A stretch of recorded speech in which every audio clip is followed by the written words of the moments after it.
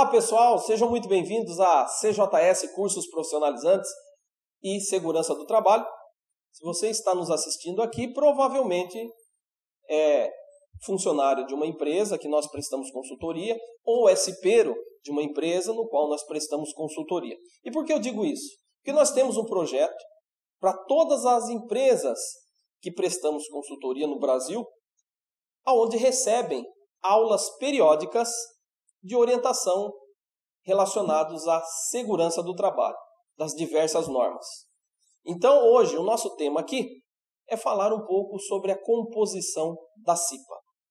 Mas antes de a gente começar, eu gostaria de convidá-los. Entra no nosso canal, se inscreve, porque lá nós temos a vertente da CJS relacionada à segurança do trabalho, mas também temos a CJS Cursos Profissionalizantes. Então lá você vai encontrar diversos cursos, são mais de 200 cursos profissionalizantes na área de elétrica, máquinas agrícolas, máquinas pesadas, cursos na área da saúde, porque a CJS ela se divide em duas ramificações, a segurança do trabalho e a CJS Cursos Profissionalizantes. Possuímos unidades em diversas cidades do Brasil, então se inscreva. Participe e veja o que pode lhe atender lá dentro do nosso canal. E além do que, você dá uma moralzinha para a gente, ajuda o canal a crescer. Ok? Então vejam bem. Primeiro vamos falar aqui da CIPA, né? Comissão Interna de Prevenção de Acidentes. Vamos entender rapidinho o que é essa Comissão Interna de Prevenção de Acidentes. É uma norma que foi criada em 1978, a primeira publicação dela, a criação dela em 1978, em junho de 1978, com um objetivo muito interessante. Que pessoas que estejam dentro do ambiente de trabalho possam identificar riscos e analisar as medidas preventivas para eliminar ou neutralizar os riscos do dia a dia. E essa sacada foi muito boa, foi bacana. Por quê? Porque nada melhor de quem está no ambiente entender os riscos e as medidas que possam ser aplicadas para sanar aqueles riscos. Não adianta uma pessoa de fora vir, isso lá em 1978, né, já tiveram essa sacada.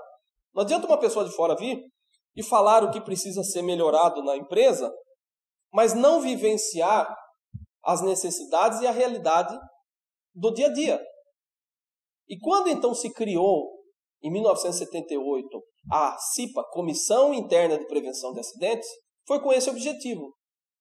Olha, vocês que trabalham aqui, vocês precisam identificar os riscos e achar as medidas para neutralizar, eliminar esses riscos existentes.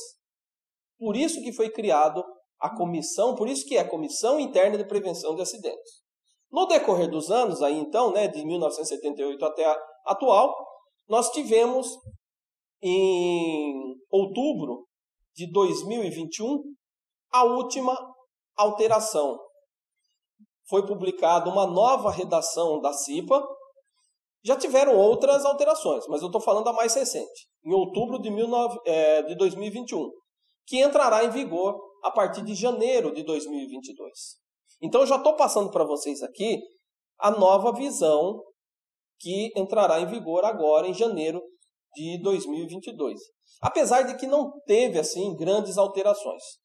O meu objetivo aqui é passar para vocês o seguinte: as duas formas de uma empresa compor a CIPA. Porque fica muita dúvida, né? Ah, a empresa do vizinho, onde o meu colega trabalha, tem CIPA. Tem um monte de gente lá que diz que é cipeiro. Na minha empresa não tem nenhum cipeiro, ou tem um cipeiro. Ah, em tal empresa lá precisa ver, tem um monte de funcionário, mas não tem CIPA. A outra empresa lá que eu conheço, que um amigo trabalha, tem pouquinho funcionário, mas tem uma CIPA lá. Então vamos entender, basicamente, como se compõe uma CIPA. Existem duas formas de ter CIPA dentro da empresa. Ou pelo processo de eleição, ou pelo processo de indicação. Processo de eleição ou processo de indicação. Quando nós falamos no processo de eleição, O trâmite, para que você entenda com mais rapidez, facilidade, é o seguinte. O trâmite segue mais ou menos como um processo eleitoral de municipal, estadual ou para presidente.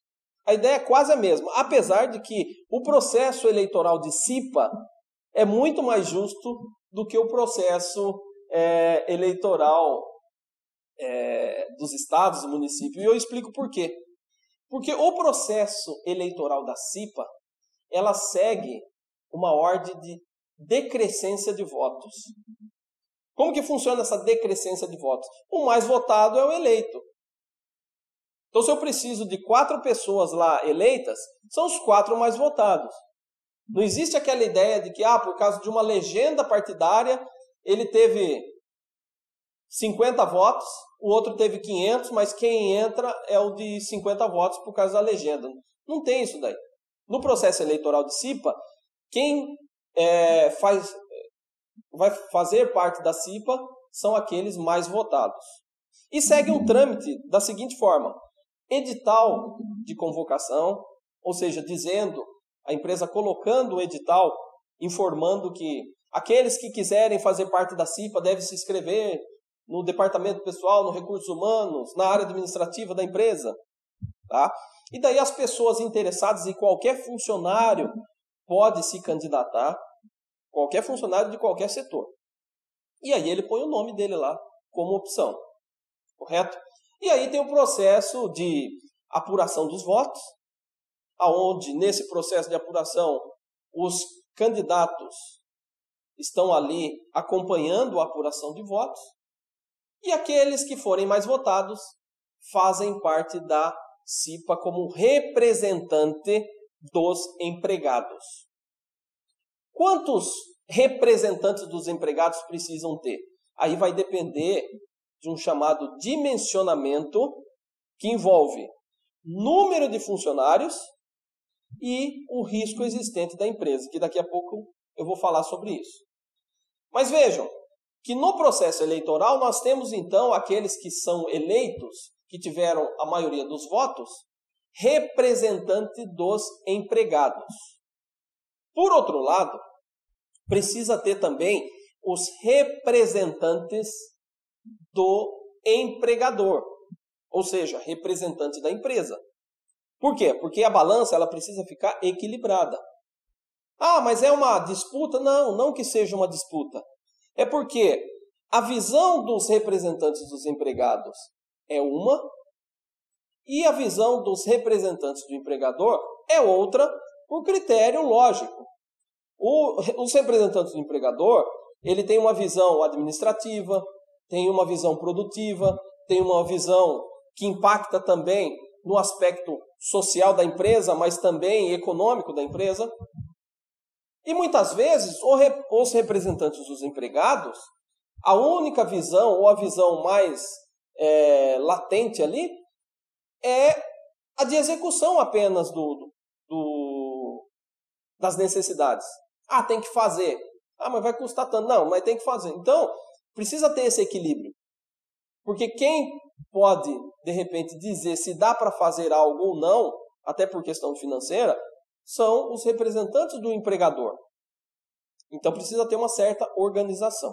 Tá? Então, quando nós falamos na formação da CIPA pelo critério eleitoral, nós teremos representante dos empregados e representante do empregador. Vale lembrar que os representantes do empregador não são eleitos, são escolhidos pela empresa. Então a empresa coloca quem ela quiser. Já o representante dos empregados não é quem quiser, é aquele mais votado. Todos podem ser candidatos. Porém, quem vai assumir o cargo de cipeiro são os mais votados. Correto? E uma outra forma, pessoal, de constituir a CIPA é por indicação. Nesse processo, não existe eleição. A empresa escolhe um dos seus funcionários para que seja o representante da CIPA. Nesse caso, não terá processo eleitoral. Agora, o porquê existe o processo eleitoral e o porquê existe a indicação em termos de CIPA. Tudo está baseado no critério de dimensionamento. No item 5.4 da norma NR5, que é a norma da CIPA, fala da constituição da CIPA, da formação da CIPA. E basicamente diz assim, a empresa deverá organizar o processo eleitoral para que sejam escolhidos os representantes dos empregados através do processo eleitoral e designado os representantes da empresa. Mais ou menos isso. Agora tem um outro texto que diz assim, quando a empresa não se enquadrar no dimensionamento do quadro 4 da NR, que tem um dimensionamento, deverá ser designado um funcionário para as atribuições da CIPA dentro do estabelecimento. Entenderam? Então, a diferença está aí. Quando a empresa não se enquadra no dimensionamento de número de funcionários e riscos existentes, não é que a empresa não vai ter CIPA. A empresa terá CIPA, porém não com o processo eleitoral, e sim por indicação. Então, talvez você possa estar assistindo aí, em uma das empresas que nós prestamos consultoria, e de repente você sabe ali que na sua empresa aí tem um único cipeiro. Você fala, mas está errado, porque no vizinho aqui são 6 cipeiros, e por que aqui é um? Porque entra nisso que eu estou falando. A empresa do vizinho, de repente, se enquadrou no quadro de dimensionamento para ter o processo eleitoral. E já a sua empresa não se enquadrou. E aí precisa ter um representante para também não ficar totalmente vulnerável, sem mecanismos de aplicação da CIPA, da Comissão Interna de Prevenção de Acidentes, dentro da empresa. Só que o critério vai ser por indicação. Fulano, você vai fazer parte da CIPA. Não vai ter processo eleitoral, mas a empresa escolhe um funcionário. Certo? Agora vamos entender esse dimensionamento. O dimensionamento é o seguinte, gente. Toda empresa que é constituída recebe um CNPJ. Cadastro Nacional de Pessoa Jurídica. Qualquer empresa que é formalizada tem um CNPJ. A partir do momento que uma empresa é formalizada, ela vai para o sistema e aí vai ser identificado a atividade que essa empresa exerce. Porque você pode estar, por exemplo, numa empresa de vendas de peças automotivas. O seu vizinho pode ser de uma empresa alimentícia. O outro pode ser de uma empresa agrícola. O outro pode ser de uma empresa petroquímica. Então, cada CNPJ vai depender do que você quer fazer, do que aquela empresa se propõe a fazer, correto? Então, o CNPJ define a descrição do ramo de atividade. Definindo o ramo de atividade, toda empresa, grande, pequena, média, não importa a região, a cidade, toda empresa que tem o CNPJ vai ter o chamado CNAE, Código Nacional de Atividade Econômica. Esse Código Nacional de Atividade Econômica é o descritivo do qual é o ramo da empresa. O que a empresa faz? Se ela vende peça ou ela produz sorvete? Ela mexe com combustíveis ou ela é de confecção? Pelo CNAE, o Código Nacional de Atividade Econômica, você define isso daí. Pois bem, definindo isso, existe um dimensionamento que classifica as atividades de risco de acordo com o seu grau. Então, nós temos, em qualquer empresa, vai enquadrar ou o grau de risco 1, 2, 3 ou 4, para o risco existente no ambiente de trabalho. Correto? Então, perceba o seguinte, pensa comigo, você que está assistindo aí. Uma pessoa que trabalha em uma padaria, e se tem CNPJ, tem o código de atividade lá. Uma pessoa que trabalha numa padaria, ela está exposta a risco da mesma forma que uma pessoa que trabalha numa empresa de combustível? Você acha que o risco é o mesmo? O que vocês acham? Uma pessoa, por exemplo, que trabalha no escritório de contabilidade, está exposta a risco, os mesmos riscos, do que uma empresa da construção civil? Os trabalhadores estão expostos aos mesmos riscos? O que vocês acham? Evidente que não. Então, quando nós olhamos uma petroquímica e quando nós olhamos uma padaria ou um escritório de contabilidade, ou até mesmo uma empresa distribuidora de peças, os riscos são diferentes. Evidente que os riscos são diferentes. E a sua classificação de risco também é diferente. Uma empresa distribuidora de peças, por exemplo, é grau de risco 2. Dos 4, ela é 2. E uma petroquímica é grau de risco 4. Olha só. Porque é uma coisa natural. A petroquímica tem mais riscos, evidente. Então, um dos elementos para a gente saber se a empresa vai precisar ter CIPA formada pelo processo eleitoral ou por indicação é o grau de risco da empresa. Esse é um primeiro elemento. Então, se é grau de risco 1, 2, 3 ou 4. Como eu dei o exemplo para vocês. Uma distribuidora de peças, grau de risco 2. Uma petroquímica, grau de risco 3. Um agronegócio lá na área de plantio, onde tem máquinas, tem defensivos agrícolas, tal, grau de risco 3.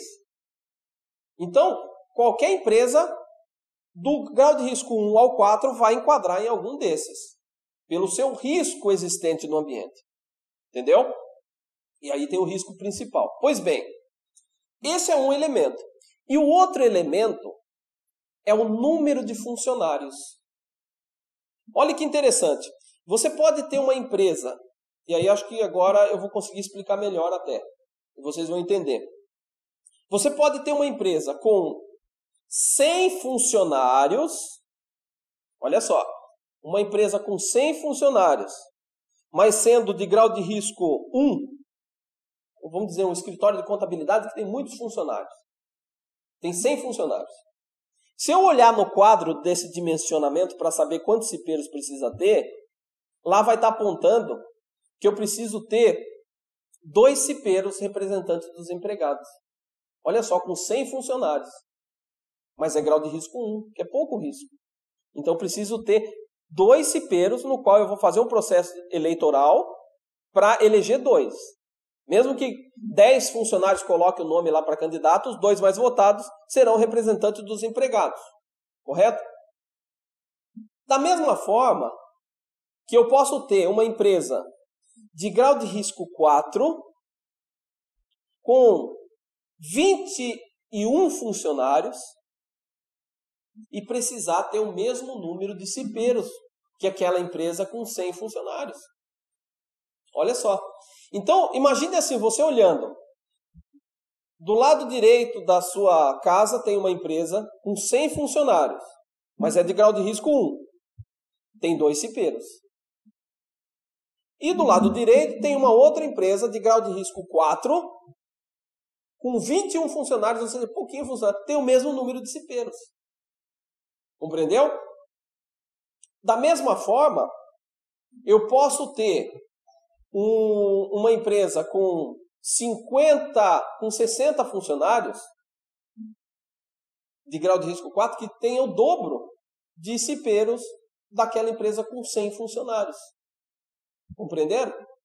Então, é um composto de análise entre risco existente mais número de funcionários. Daí você tem uma tabela que você detecta aonde enquadra-se a sua empresa. Tá bem? Então, não é só achar porque tem muito funcionário que precisa ter muito cipeiro. Não, necessariamente. Da mesma forma, não é pensar que porque tem pouco funcionário, não precisa ter cipeiro. E eu falo, não precisa ter cipeiro no processo de eleição. Porque, veja bem, nessa tabela que eu estou falando, existe grau de risco, uma empresa de grau de risco 1, por exemplo, que é o menor risco, mas se ela tiver abaixo de 50 funcionários, ela não vai precisar ter esse processo de eleição. se ela tiver abaixo de 50 funcionários. Eu vou até dar um exemplo aqui para você. Ó. Uma empresa de grau de risco 1, eu estou com a tabela aqui, uma empresa de grau de risco 1, preste bem atenção. Se ela tiver 80 funcionários, 80, hein? Grau de risco 1. Não precisa ter a composição da CIPA. Não precisa ter a composição da CIPA nesse processo eleitoral. Correto? Um grau de risco 1. Até 80 funcionários. Já se uma empresa de grau de risco 2 tiver 51 funcionários, ela precisa ter CIPA. Abaixo de 50, não precisa ter CIPA. Repito, quando eu falo não precisa ter CIPA, no processo de eleição. Correto? Agora vamos pensar que você que está me assistindo aí, você é de uma empresa de grau de risco 2, então, com menos de 50 funcionários. Eu vou olhar no quadro, grau de risco 2 com menos de 50, está em branco aqui. Não tem representante nenhum, porque é acima de 51, é a partir de 51. E daí a empresa pensa assim, então não vou precisar ter CIPA? Aí que a empresa se engana. Quando não se enquadra nesse quadro aqui, pelo número de funcionário, a empresa, e aí a norma, lembra que eu falei? Designará um funcionário como representante da CIPA naquele estabelecimento. E aí que talvez possa estar esclarecendo algumas dúvidas de vocês que estão assistindo. Talvez na sua empresa não tenha o processo eleitoral, não tenha vários cipeiros, porque não teve processo eleitoral, mas tem uma pessoa aí, bem intencionada, que foi escolhida pela empresa, que faz o papel do cipeiro. Correto? Então são esses dois caminhos, pessoal, que podem ter CIPA. Com o processo eleitoral, desde que se enquadre nesse quadro aqui de dimensionamento, ou quando não se enquadra, a empresa então escolhe uma pessoa para ser o representante da CIPA naquele estabelecimento. Pois bem, dito isso, o que eu tenho a ver, né? Você pode estar pensando, mas o que eu tenho a ver com isso? E o Kiko, né? O que eu tenho a ver com isso?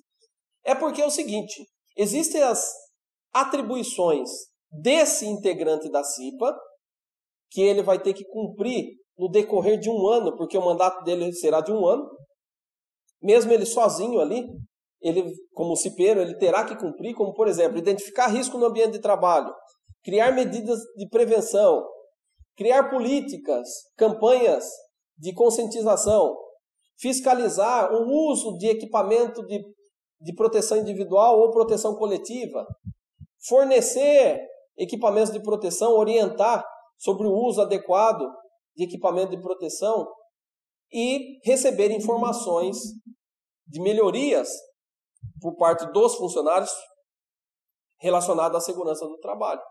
Então essas são as atribuições básicas desse representante dentro do ambiente de trabalho. Agora, como que ele faz isso? Ele faz com a ajuda sua, funcionário. Ele faz com a sua ajuda. Porque dentro da norma diz o seguinte também, cabe aos empregados, para você que está me assistindo, cabe aos empregados contribuir para o desenvolvimento da Comissão Interna de Prevenção de Acidentes dentro da empresa. Então, como que você contribui? Primeiro, respeitando as regras passadas por esse cipeiro. Em caso de riscos de acidente dentro do seu ambiente de trabalho ali, do seu setor, recorre a ele. Saiba quem é o cipeiro da sua empresa e recorra a ele. Ajude-o também com ideias, com dicas. Olha, tal setor lá tem tal equipamento que está assim, assado, está correndo risco de gerar acidente. E se a gente fizesse isso, tal, não dá para melhorar? Então você ajuda ele, porque a pessoa sozinha, veja bem, ele tem a sua atribuição normal do dia a dia. Se ele é do setor de compras, se ele é do setor de produção, a responsabilidade profissional dele ainda continua, mas ele vai acumular esse cargo, né, essa indicação como representante da CIPA. E por que ele faz isso? Pensa comigo, ele está te ajudando. Porque ele está demandando o tempo dele para tornar um ambiente melhor para todos. Então você, na condição de funcionário, ajude-o, levando informação, dando ideias, cumprindo as regras, estabelecidas, né, de segurança por ele, correto? Para que esse ambiente fique cada vez melhor. Perfeito, gente? Então, o que eu quis trazer aqui para vocês é mostrar, nessa introdução, que existem dois caminhos para ter CIPA na empresa. Pelo caminho do processo eleitoral, quando a empresa enquadra-se nesse quadro aqui, de número de funcionário e risco existente, ou quando a empresa não se enquadra, então existe a indicação da empresa para um cipeiro que vai atuar nesse ambiente de trabalho. Então veja na sua empresa se é o grupo da CIPA ou se é um representante. Independente do que seja, colabore com esse integrante da CIPA. Ok? Essa foi a dica, a informação dessa nossa aula. Até a próxima e bom trabalho para vocês!